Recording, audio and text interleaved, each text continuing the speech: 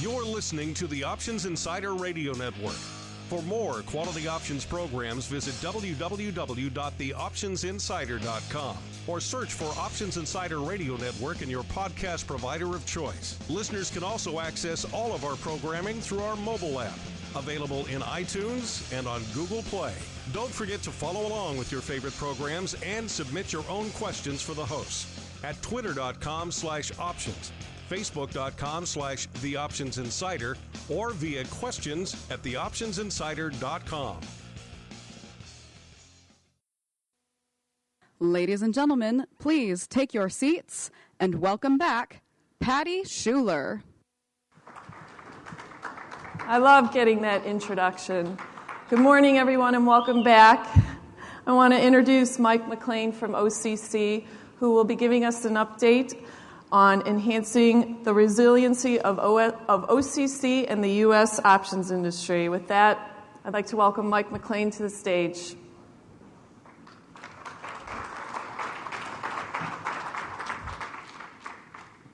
Thanks, Patty. It's really a pleasure for me to be here with you today. This is a pretty important group to us, and we appreciate the time you're taking for the conference. I also wanted to thank our host, Box, as being the lead exchange this year.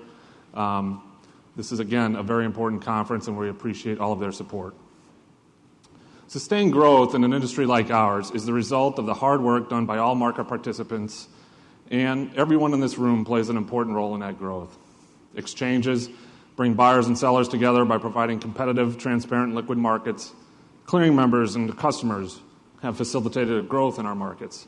Market makers provide the liquidity that is critical to making our markets more efficient for public customers. And finally, OCC provides the needed financial stability and integrity by guaranteeing every transaction in our market. As a foundation for secure markets, it's important for OCC to ensure that the listed options markets remain vibrant, resilient, and liquid for the investing public. Much of what you will hear from me today is about what we are doing to provide that. But I would like to start with the importance of continued education. We share your view that a strong education program contributes to better and more effective policymaking. It fosters more knowledgeable and prudent investors. In fact, at this week's World Federation of Exchanges in the IOMA meeting, the U.S. options education was mentioned several times on how to strengthen derivatives markets. That is why OCC supports the work of the Options Industry Council as it relates to the education programs and the development of powerful thought leadership, and we applaud the work of our OIC partner exchanges and members. When it comes to the work of the OIC and how we can promote greater awareness and understanding of the value of listed options market, we cannot rest on our laurels. So last fall, with the cooperation of the Leo Burnett Business Agency, we fielded a study with the goal of measuring the impact of advertising in OIC. 479 individual investors and 263 financial advisors were interviewed to see if our campaign increased awareness levels and likelihood to use OIC educational offerings. The results were very positive for OIC. The study found that the advertising campaign increased OIC's brand awareness among individual investors by 33%. Search, magazine, and internet advertisements, including video, were the channels with the highest recall among those surveyed. Significantly more investors are using OIC's educational services this year compared to last. In particular, OIC experienced a big directional shift in certain perceptions among individual investors. Among those surveyed, OIC had a significant improvement as a trustworthy expert, empowered educator, and as a recommended and respected organization. Among financial advisors, the survey results showed that our advertising increased their likelihood to use OIC's educational offers in the future by 56%. We also saw a positive shift in financial advisor brand perceptions in OIC. This includes a 65% increase in OIC being seen as a trustworthy expert, 55% viewing OIC as a leader in the industry, and 42% viewing OIC as an innovative source. While we are pleased with these results, we know we have more to do if we want OIC to have a greater impact on your work and in promoting the value of the listed options market. The continued developments in the U.S. options industry, despite the changing landscape in which we operate, have been the one constant that has benefited us all. In addition to OIC, working with our exchange partners in the U.S. Securities Markets Coalition, OCC strengthened as a leading advocate on important regulatory, legislative, and tax issues affecting our industry. This started with an ongoing focus on tax reform proposal that would require options to be marked to market and treat any gains as ordinary income rather than capital gains. It got worse. The proposal would also treat an appreciated stock position as being sold if an investor enters into a related risk-reducing options transaction that bears no economic resemblance to selling stock, essentially charging tax on protected puts. The coalition worked diligently and continues to work diligently to ensure that members of Congress and the administration understand the devastating impacts that many of these proposals have on our industry. At OCC, our focus cannot be U.S. only. OCC is actively engaged with European regulators to ensure that OCC is recognized as a qualified central counterparty, or QCCP, under the European Market Infrastructure Regulation, or EMIR. Even though OCC only clears for U.S. markets, this recognition is crucial to our clearing members who are affiliated with non-U.S. banks so that they are not subject to penalizing capital charges for providing clearing service to U.S. options customers. OCC values this leadership and contribution to both OIC and the U.S. Securities Markets Coalition. They serve as examples of where our unique and central position in the markets improve the industry overall. Now let me turn to OCC in particular. 2014 was an interesting year for us. First, it represented the second highest volume year in our 41 years serving markets, with cleared contract volume of more than 4.3 billion contracts. We also achieved significant progress and built tremendous momentum against some of our key initiatives. We took very aggressive steps to increase our resiliency, enhance our capital base, and strengthen our oversight and leadership. As a systemically important financial market utility, one of 8 in the U.S., OCC's highest priority in 2015 is accelerating our progress and improving the quality and adapting to new regulatory expectations. I'm very pleased to say that in April, we passed the halfway mark toward our specific goals in this area, and our changes have been positive and well received by our regulators. We are meeting aggressive regulatory goals we have set for ourselves, along with several resiliency objectives that go well beyond the remediation. While meeting these standards requires a substantial investment in our resources, our primary focus is getting it right the first time and implementing resiliency improvements that will benefit the industry rather than simply check the box on some regulatory exam letter. This does not mean, however, that we will ignore operational efficiency. OCC will continue to take the steps necessary to ensure that we remain disciplined in managing costs while strengthening market protections for all participants. After all, our pricing, which is among the lowest in the world, contributes to liquid, safe, and secure markets and is in and of itself a factor in market resiliency. Let me be more specific about some of the things we're doing with this investment. Our guarantee is supported by a sophisticated risk management framework combined with a deep pool of financial resources that consist of prudent margin requirements and clearing fund intended to provide coverage in extreme but plausible market conditions. The majority of our investment in 2014 and 2015 went into improving that framework. We put in a very sophisticated stress testing framework to ensure that our margin and clearing fund are adequate in extreme but plausible conditions, essentially testing the models in extreme stress test scenarios. Collateral margin improvements that improve the quality of our collateral positions in the event of a default, making sure we don't have illiquid collateral. Liquidity monitoring capabilities that guarantee our ability to step in and make settlement on behalf of any defaulting clearing member on time so as not to cause any market disruption. And post-trade controls that stop obvious pricing problems before they create larger systemic issues. More about that a little later. With the support of our board in 2014, we began expanding our expertise in our risk management functions. We are building separate and deep centers of excellence in credit, liquidity, market, and default risk management. Specific focus and attention is leading to innovative solutions, many of which are putting us well ahead of our peers. We understand that these efforts need significant checks and balances. For this reason, we built a new infrastructure that independently validates our risk models. This is a way of managing the risk of our own risk management. We also implemented processes that continually assess the adequacy and performance of existing models in evolving market conditions. Collectively, the enhancements and improved rigor in risk management have increased market resiliency and improved the confidence of market participants and our regulators. We are aware, however, that some of the changes impose higher margin and clearing fund requirements on our clearing members. We remain mindful of the demand that increasing collateral requirements places on the industry. This is why we continue to consider capital efficiencies wherever possible. By recognizing hedges in other markets through our cross-margin programs with CME and ICE, we can both manage clearinghouse risk and provide a means for members to manage their own collateral levels. In 2014, OCC and CME cross-margin participants realized an average daily reduction in collateral requirements of $700 million.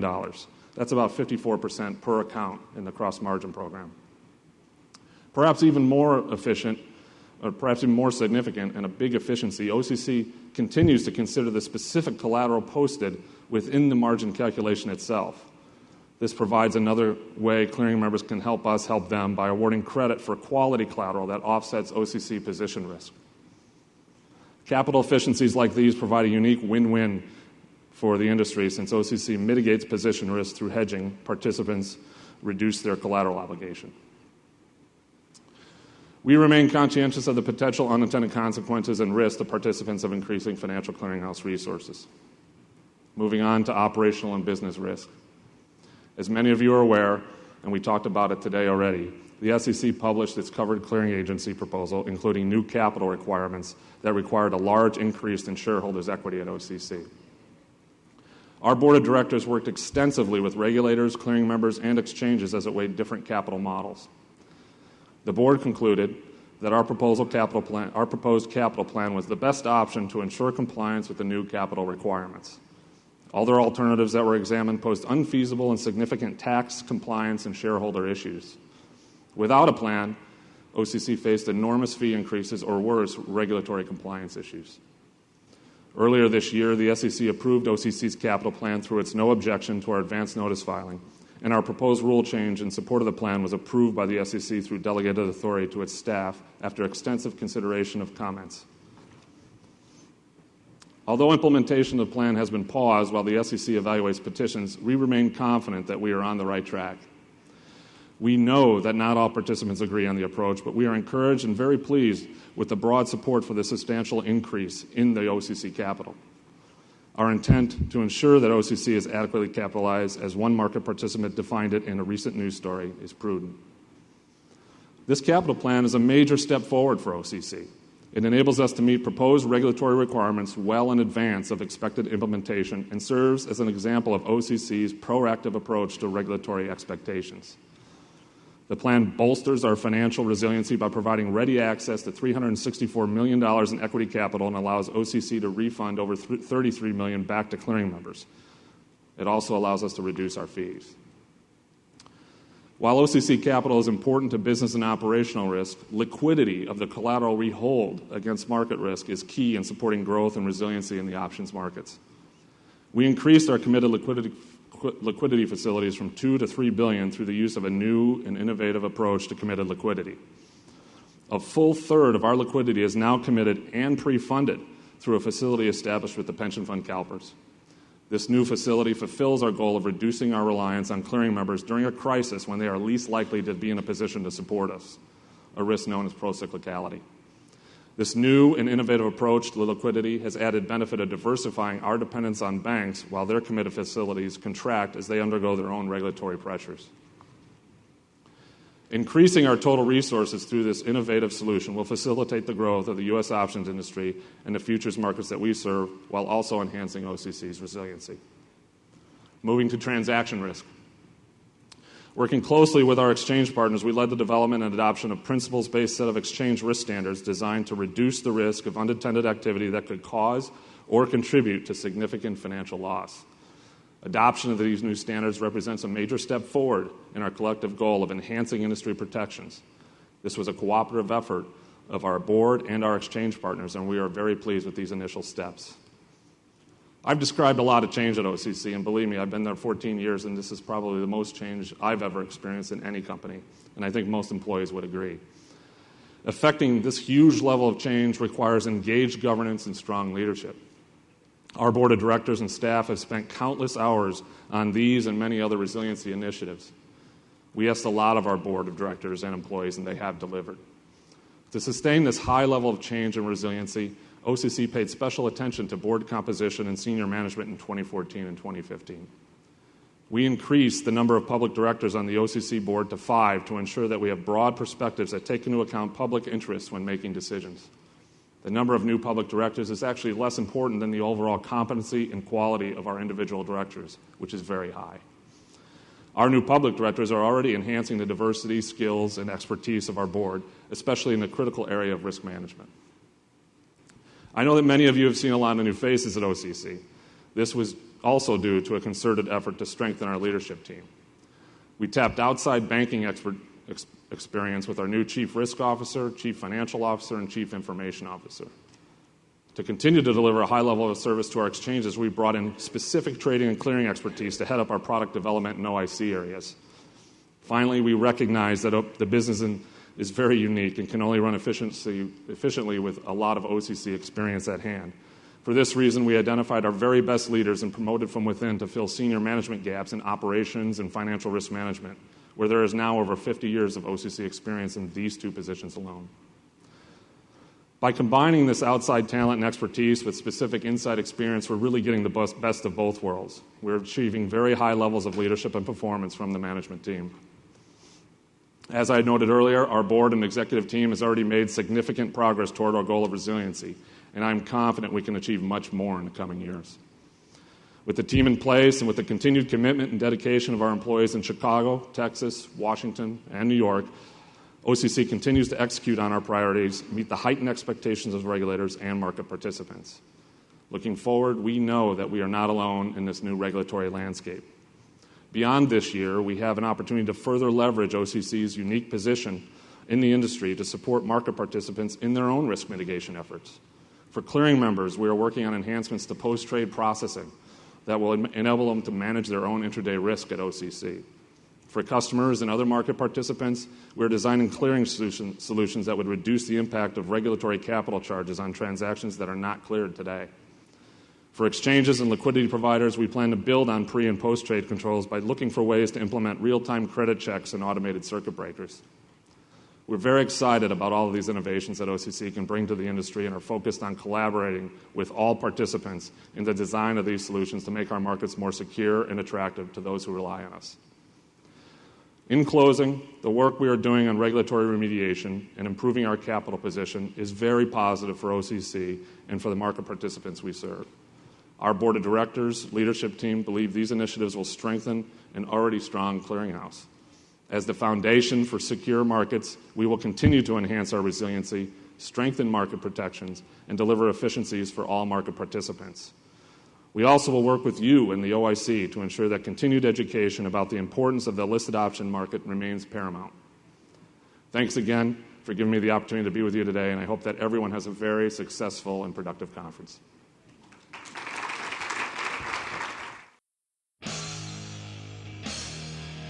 The preceding program was a production of the Options Insider Radio Network. For more quality options programs, visit www.theoptionsinsider.com or search for Options Insider Radio Network in your podcast provider of choice. Listeners can also access all of our programming through our mobile app, available in iTunes and on Google Play. Don't forget to follow along with your favorite programs and submit your own questions for the hosts at twitter.com/options, facebook.com/theoptionsinsider, or via questions@theoptionsinsider.com.